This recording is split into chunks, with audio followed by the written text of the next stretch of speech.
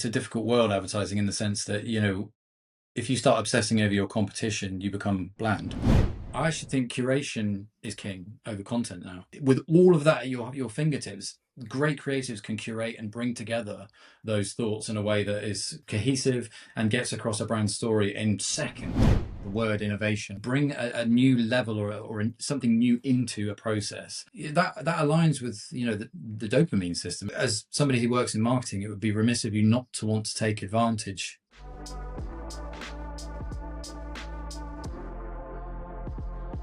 How are brands leveraging technology to tell their stories in 2025? That's what we're going to talk about now. And I'm going to bring on a friend who knows way more about this, Arthur Tinsley. Art, you are a founder of POGO and an award-winning creative technologist. You've worked with some of the biggest names in the industry, Microsoft, Verizon, Farfetch, and help brands break storytelling boundaries, which is super, super cool. Can you walk us through your career a little bit and what led you to found POGO? Yeah, I mean, how far do I go back? It's scary to say that I've been doing this. It started with your mother. Start there. For nearly 20 years, I've been always kind of in this intersection of the creative part of the industry and more of the production kind of technology side of it. I've always kind of had aspirations for the creative side of things, but always had this kind of knowledge of the production and the technology. And I've realized recently, and actually predominantly the kind of launch of POGO, is that realization that you need a somewhere in the middle, somewhere that can, to really deliver innovation and creativity, you need to be able to not only inspire and ideate and come up with kind of creative tech and innovation ideas, you need to be able to deliver. And that connection between the two is really critical. There's an area where innovation and creative tech is, I think the industry has struggled a little bit with where to place it. In that the knee-jerk reaction quite often is to hire a creative tech or a head of innovation and have them in the organization.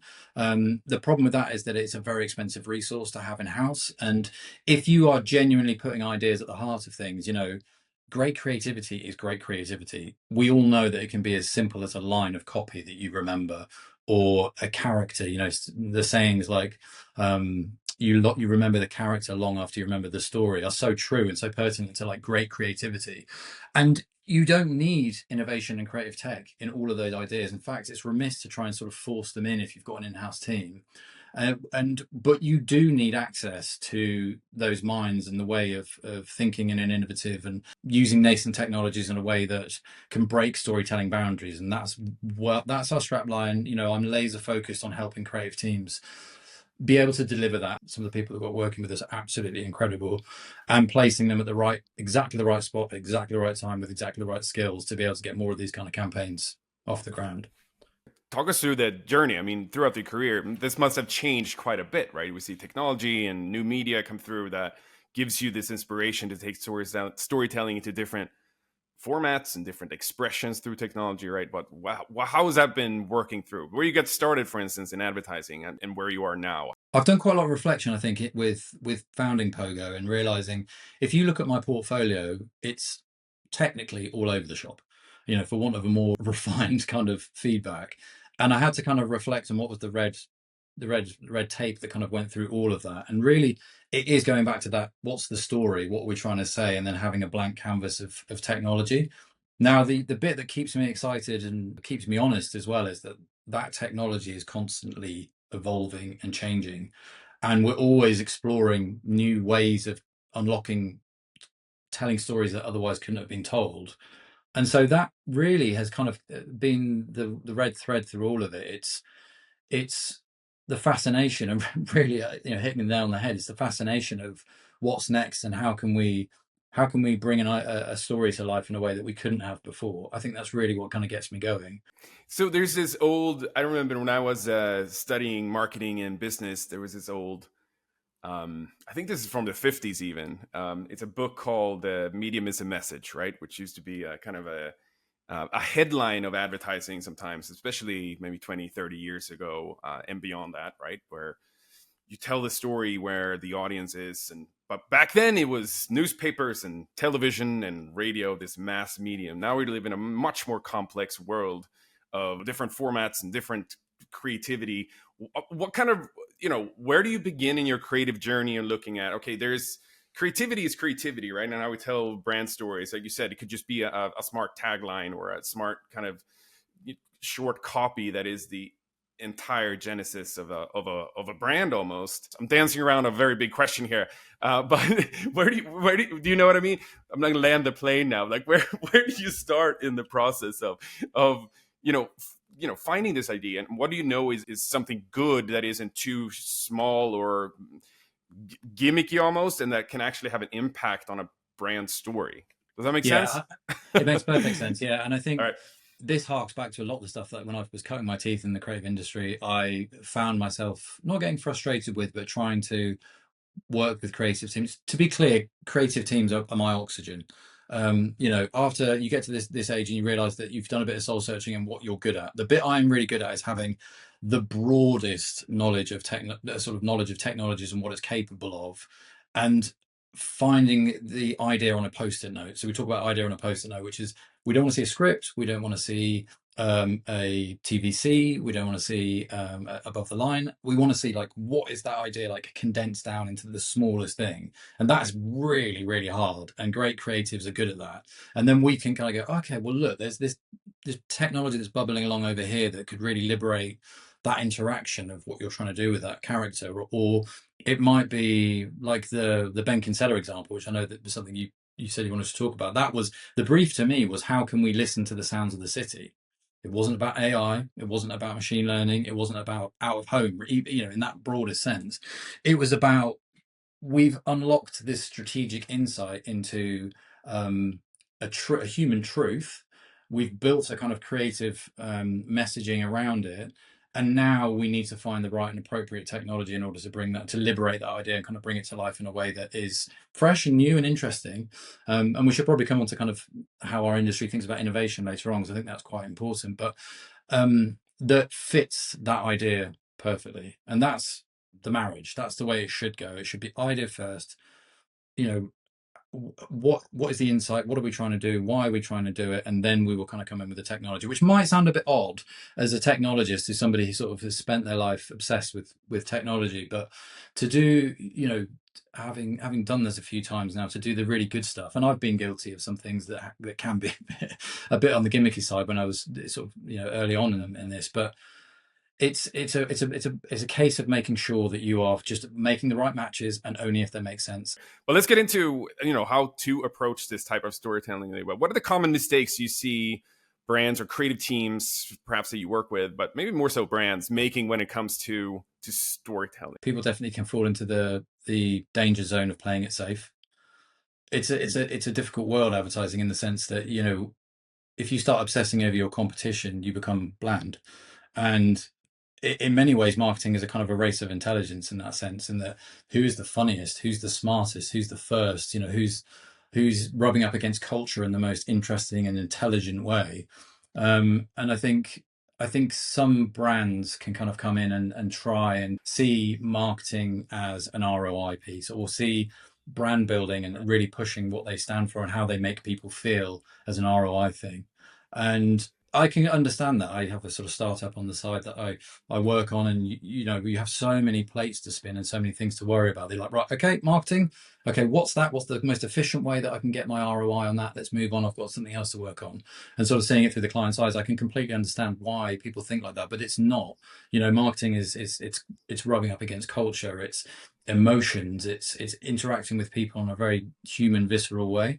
And I think if you play it safe, especially in the area we're going towards of slop, of just AI content that's going to be everywhere, the democratization of the tools that are needed in order to create content, you've got to have really, really great creative minds, strategists, people thinking about how to future-proof you and think about how your brand can be pushing the boundaries of what's possible, not looking at their competition. Yeah, though, I mean, those are really great insights, right? And the way that I look at the idea of slop content, it always has existed, right? It's just been, now it's zero. We're at a place where it just doesn't cost you anything to create content. We all have a movie studio in our pocket, and that's the rise of YouTube 20 years ago, and now in TikTok and all these channels, right? And now we're just supercharging that democratization of being able to create things. But at the core of it, the audiences and the one part, the algorithms of this platform help us decide what is good content. Good content rises to the top And the same thing with brand and stories, they kind of rise to the top if they are powerful enough to travel to audiences. The democratization of the tools, I think, is fascinating. If we reflect on this, and sadly I'm old enough to remember the kind of social revolution, but that was really the democratization of attention, wasn't it? It was suddenly anybody could garner attention. They had the platform to do it now, and it was about the quality of their content and their story and their narrative and what they were able to do. I think again, to your point, I think we're probably going to see the democratization of the tools to be able to tell stories, the democratization of the movie level quality in someone's pocket. And we've all done it. We've all sat through those movies where you think, my God, they've spent millions on this, but the plot is leaving me completely lost. And you think that's in the hands of everyone. It's the only thing we've really got left. And I say this with weight as well, because I think they're the most important things. And I think we need humans more than ever are great strategy, curation. I actually think curation is king over content now. I think that with all of that at your fingertips, great creatives can curate and bring together those thoughts in a way that is cohesive and gets across a brand story in seconds. That is so hard to do. And then you've got taste as well, and creativity in general. You've got tastemakers of people that are able to predict what tastes are going to be relevant, which way we're going. And everything I've seen, and all of the great thinkers out there, Daniel Hume, and where they're going with the direction of travel, with kind of the foundational knowledge of AI. We may get there, but we're not there yet now. And I say with a lot of the teams that I work with, we have to draw a line in the sand right now. We have to, play where the puck's going, but you can't be blinkered by the overwhelming uncertainty of what's going to be ahead of us. Altman, for instance, he famously said manual workers would be the first people that were at threat from AI. And he's now come back and said, I'll never make a prediction about the future of AI again, because the reality is us. There's the people that the knowledge workers are the ones that are going, oh gosh, this is, we need to box clever and think cleverly about strategically how we're going to augment our kind of creative process, not emulate it. I think we're nowhere near emulating our creativity yet. I can't see that coming anytime soon, but we are at a place where we can augment it. Yeah, I like the idea of the curation. It's going to be more important than ever. Taste is important too. I kind of changed stance a little bit. I have this. So here's my hot take on this, because I used to say like taste is very a human trait. Like we know what is good stories. We can curate like AI cannot do today. But I think there is a world, and speaking to Daniel Hume as well, like taste can be learned as well.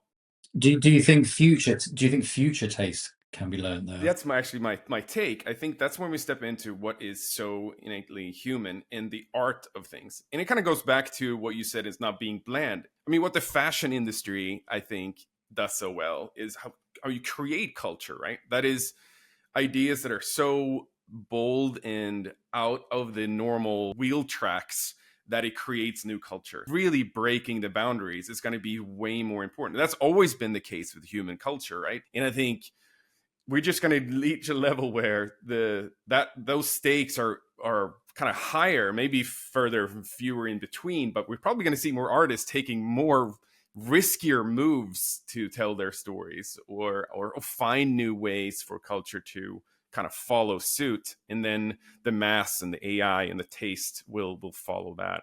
I think sometimes we underestimate the level of learning that these big models can do, but it doesn't change the fact that if you're a marketer, if you're a brand, if you're a creative in this industry, that really taking chances and exploring new ways to express yourself is going to be just as important. Oskar, in many ways, that's the $1 million question, because we're on the same page here. With, you understand machine learning, you understand the model, it's vast amounts of data, it's vast amounts of reference points, and being able to navigate that in a way that shows patterns. You're completely right. That is a framework for a platform for how innovation, how newness happens, in the sense of we look at the past and we tweak it and reconfigure it and think about where we're going and how that would work. I mean, we can't be on a podcast without mentioning Jaguar at the moment. What they're doing is obviously fascinating.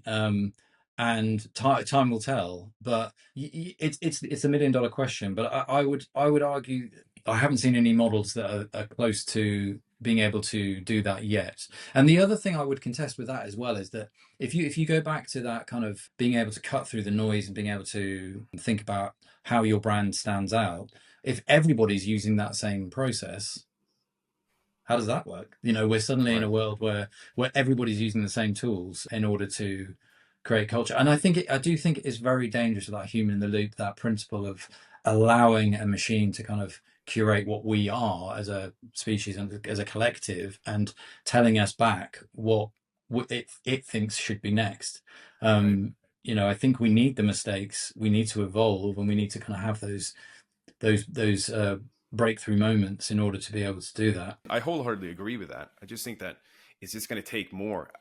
Basically, what I'm coming back to is that the creativity in that, what I would call art, like really breaking the mold, is what's going to set brands apart in the future. Being able to take a firm stance on something. I'm a big believer at the moment that the way that kind of I'm seeing machine learning and AI used within the creative industries, it's bifurcating really. If I'm being honest, you've got the top level, which is unlocking storytelling opportunities that couldn't have been told. Then there's this other kind of section of it which we're seeing a lot more requests from our clients as well, which is this augmenting creativity, the kind of almost more operational, which is probably more the field that I think you guys are in, which is this: how do we supercharge creativity? If you think about some of the blockers and think about it almost like product design of sort of jobs to be done, if for want of a better kind of analogy, but that, like, what is the job that needs to be done that you're willing to hire a product to help you with? It drives everybody mad trying to find the right image to help back up a one pager. Right. It Right. drives everybody mad, and it blocks the process. It's a very iterative process of going back to the creative directors and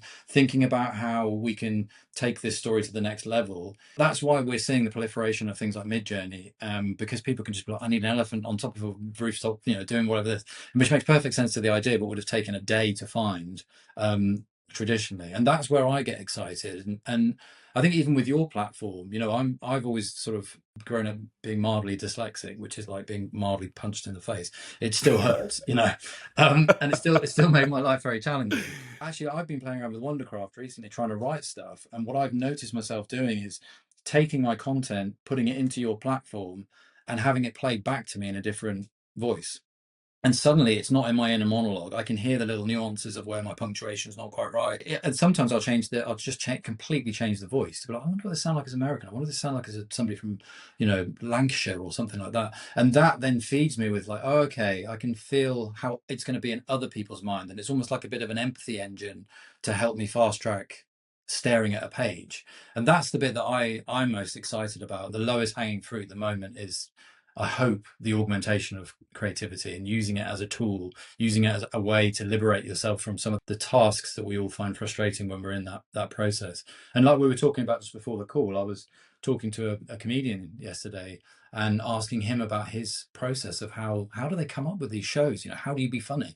And it's very similar. It's a very similar human process of putting ideas up, posting up on a wall, having a team of writers. They all go off, they come back together. That's rubbish. Get rid of that. That's good. That's weird. I kind of like that. And it's a very similar process. And I think that's where there's real opportunities, and a bit of an arms race as well, if I'm being completely honest. Of, you can't bury your head in the sand anymore. That period of hoping this paradigm shift that we're going through will go away. I mean, like I said, I've been doing this for 20 years and I've seen all the different kind of revolutions come along, but this one's not going away. Like, this one is here, and it's going to be with us. It will, and eventually it will become boring, like all the other ones. It will be one that we're, oh, do you remember when that was kind of, the big thing? And I think that's the exciting thing. It's still liberating ideas. I love what you bring up, because that's what we're trying to do, especially in the creative industry. When we work with agencies who use Wondercraft, I think there's the component of, it's an iterative journey where you might write something out on paper, you have an idea, but once you start listening to it, or you start dressing it up with a few pictures, a different sound bed or sound effects, and then you start the iterative journey of finding something that is quite unique and finding that voice, and just, that's what we want to be. So I agree with you. And I love that part of AI. That is the positive side of being able to form your ideas in different ways, prototype and test things out way more than you've been able to do before. I mean, I want to get back to a little bit what you're doing at POGO and how you work with creative teams and brands. Does budget play a big role for what you do? How do you view the aspect of the resources that you have for a certain campaign? We work with a creative team. Yeah, I think there's two parts to that question. The first one is operationally, and I think it's kind of thinking in a slightly dull way with your hat on of just operationally, how do we set ourselves up for success in order to be able to get these kind of ideas out of the process of creativity for innovation and creative tech. And there's one point I'd like to make there actually, which I think is around the word innovation. I think we as an industry seem to get a little bit hooked up on what that word means, and not even wanting to pretend I know Latin. If you break down the word, it literally means newness, and it means to bring a new level or something new into a process, and that aligns with the dopamine system. Every human has one, and as somebody who works in marketing, it would be remiss of you not to want to take advantage of that or use it in a way that is compelling for the audience, doing it in a way that makes sense for the audience. And so again, talking about what we're trying to do at POGO, we're trying to operationally find the right time to have the right people in that process, because it can get quite expensive very quickly with building an innovation team. And like we were talking about at the beginning, not every idea needs it, and it's wrong to try and retrofit technology into the wrong ideas. And so when I kind of came back into the industry and setting POGO up, I just looked at the market and said, maybe there's a better way of doing this. Maybe if I build that hub of just like brimming with technology and unlocking these potential opportunities, and then work through kind of education, well, more inspiration, education, I guess, and then the concepting, prototyping stage, like we were just talking about, getting things in people's hands. If an image tells 1,000 words, imagine what a prototype does. Suddenly you get a client gets very excited about the premise of what something could do. And so we're kind of supporting with that area as well. And then on the delivery side of things, going back to the costs, yes, it depends completely on the campaign. It's very much depending on where you end up creatively on what that platform may be. We obviously try and keep it as cost efficient as possible, but with any idea, it's like when you get to that production level, there's always a variable of going to max depending on the client's budget, and scaling it back down to something that's more of a kind of minimum viable product. I love that. I love that take of innovation. It's an overused word in many ways, and sometimes you gotta stop and like, what does this really mean for Yeah, for a for lot of people say people? innovation means different things for different people, and of course it does, because it means a new thing can be anything new. It can be, it's a bit like augmentation. Augmentation literally means to improve upon. That can mean as simple as a ticker along the bottom of a video, right the way through to a full augmented reality experience. It's the same with innovation. It's just something new that triggers a dopamine system that entices the audience to think about that content in an inspiring and new way. So I think it's we can kind of level set with that. It's not as complicated as I think sometimes we kind of allude to. All right, let's do some hot takes from you here, because yeah, because I wanted I want to see. We already talked about AI. It's obviously everywhere. It's like saying computer, digital media these days, right? AI has a lot of applications. But what are some things in your field of creative technology that you think we're super past, and what are you excited about to get your hands to get deeper into this year in 2025? What's out and what's in? I hope 2024 was the year of everyone debating whether AI was here to emulate creativity. I hope we've kind of passed that. The year of emulating creativity is gone, and the year of realizing that it can Hopefully. augment creativity is upon us. The bits that I'm excited about are weirdly not marketing things. There's an app called Brickit, which I talk to Hmm. creative teams a lot about. I don't know if you've come across it, Oskar. I haven't yet. No. It's an app that uses computer vision to understand what Lego bricks look like. You can lay out Lego bricks on a table, and subsequently you can hold this app up to it, and then it uses machine learning to understand how those bricks could go together in an interesting way. And the reason I'm excited about that is probably slightly different to actually the way that you might be thinking. It's more that from thinking about marketing opportunities, utility as something that we can give to people that keeps our brand kind of in their hands, or the way that they're thinking about it. And any parent watching this, or carer, or people that has kids around them, will know that Lego effectively becomes rubbish. It becomes something that you have in your environment that is going to end up in landfill, ideally recycling, but probably landfill. And there's a creative nugget in there that I'm just so excited about building an app or building some sort of system that can help make people's lives better and have that as a branding experience. We've all had that moment where you stand in front of the rubbish and you're like, I think I can recycle this. Like, it's got a bit of dirt. Is it more efficient to wash it or to just put it in landfill? Like, that's what this technology liberates, and that's what machine learning is so phenomenally good at. And I feel like there's a sitting duck there. It's like breaking storytelling boundaries. Back to what we started talking about. It's liberating stories that couldn't have been told in another way. You couldn't make a video about that.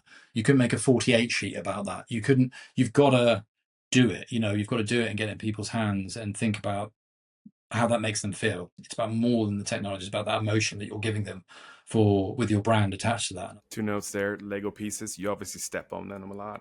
I do. But God, I love Legos. I build Lego sometimes. When I find myself, when I'm overly stressed, I get myself a Lego set. It's a very calming experience to do that. Fantastic. You're running up on time here, but I really want to talk about some of the work that you've been doing, because I think it is quite outstanding in how you marry brand ideas with technology in a way to really enhance stories.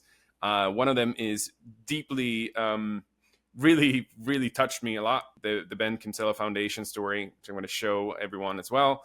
And obviously José Mourinho and Snickers work. Let's watch the Ben Kinsella Foundation video.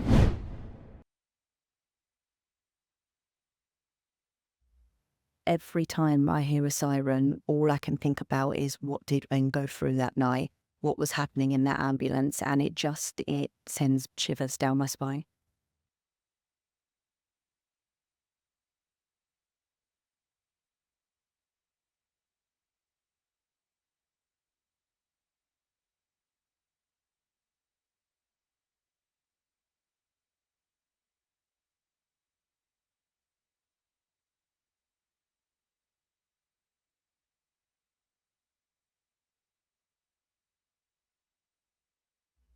Hard to do just to interface with mental damage.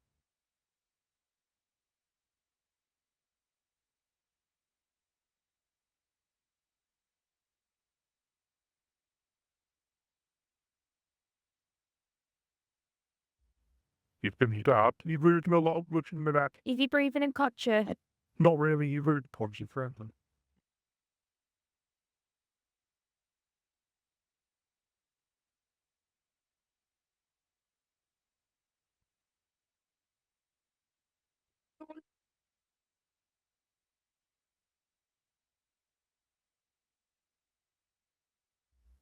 My brother Ben died 15 years ago, and it changed all of our lives forever. And that's 15 Mother's Days that he hasn't been able to be with my mum. And my hope for this campaign is that it encourages people to put down their knives so that no other family has to suffer the heartbreak that mine has.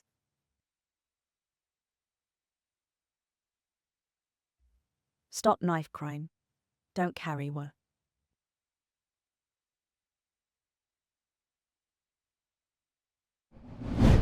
And now we're back. Yeah, shortly, tell us what was the A to Z kind of journey to take you there? Yeah, it was in many ways the perfect process for bringing creative tech and innovation into the project. I was approached with, can we listen to the sounds of the city, and can we react depending on whether we can hear a siren in the background? And that sort of sent me off on a bit of a obsessive journey on building a system that could do that. And I netted out, not wanting to get too technical, but for anyone who's technical who's listening, with TensorFlow and teaching a model basically what the sounds of a sirens were. The slightly less glamorous part of the job was standing in a field with my cousin who happens to drive an ambulance and making sure that we had the right data that was okay to record. And off the back of that, we were then able to teach this model to understand what the sound of a siren was, what the different types of sounds of a siren was as well. The reality was that campaign really worked. Like, that technology I'm pretty proud of, because we built arrays in there that actually made sure that it flatlined what could spike when it heard the sirens, and it's a phenomenal piece of tech. And that was then implemented within the 6 sheets, which enabled us to change the content inside the 6 sheet in the way that it came through. The interesting nugget actually about this one was, and it's a good part of the kind of machine learning workshop that we do with some of our clients, is the nuance on this project was it wasn't hearing the siren that was difficult. it was understanding what the lack of a siren sound was.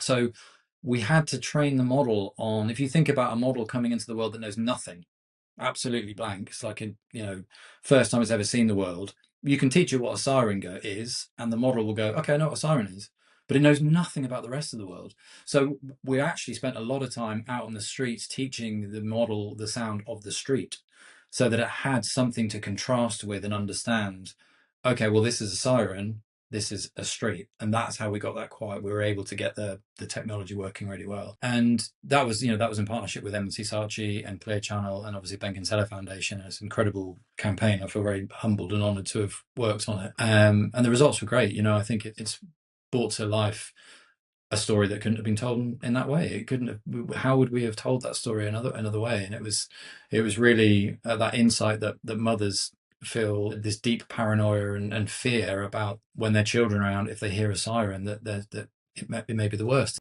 Yeah, beautiful work throughout. I mean, it's just such a powerful story. And it feels like it's so clean and clear and simplistic, and just, you get it. You understand it. And, all right, so we're going to watch the next one, which is also one of my favorites. I think Snickers is a fantastic brand. I think they have created a story around what they do quite well and taken that in so many different directions. Let's watch this as well with José Mourinho. Alice, I didn't know it was possible to mess up this badly. If there were medals for mistakes, you'd be gold. Congratulations, Mikey. You've invented a new game called Let's Score an Own Goal. Mistakes. We all make them, especially when we're hungry. And this summer, there'll be a lot of own goals being scored on and off the pitch. Oh, man. So, Snickers, the experts in satisfying your hunger, have partnered with me, José Mourinho, to provide special one-to-one advice for anyone you know who's messed up. Except I am not José Mourinho. I'm an authorized AI version of him, trained not just to look and sound like him, but to think a bit like him too. Tell me your mate's mistake. And by combining 3 powerful AI engines, I'll reply with a completely unique video message for them every single time. Hey AJ, it looks like you missed the memo on how not to fail. Your friend Adam tells me you ate something that gave you bad breath. Stinker of an own goal, my friend, literally, is like bringing a skunk to the team locker room. Maybe you just need a Snickers.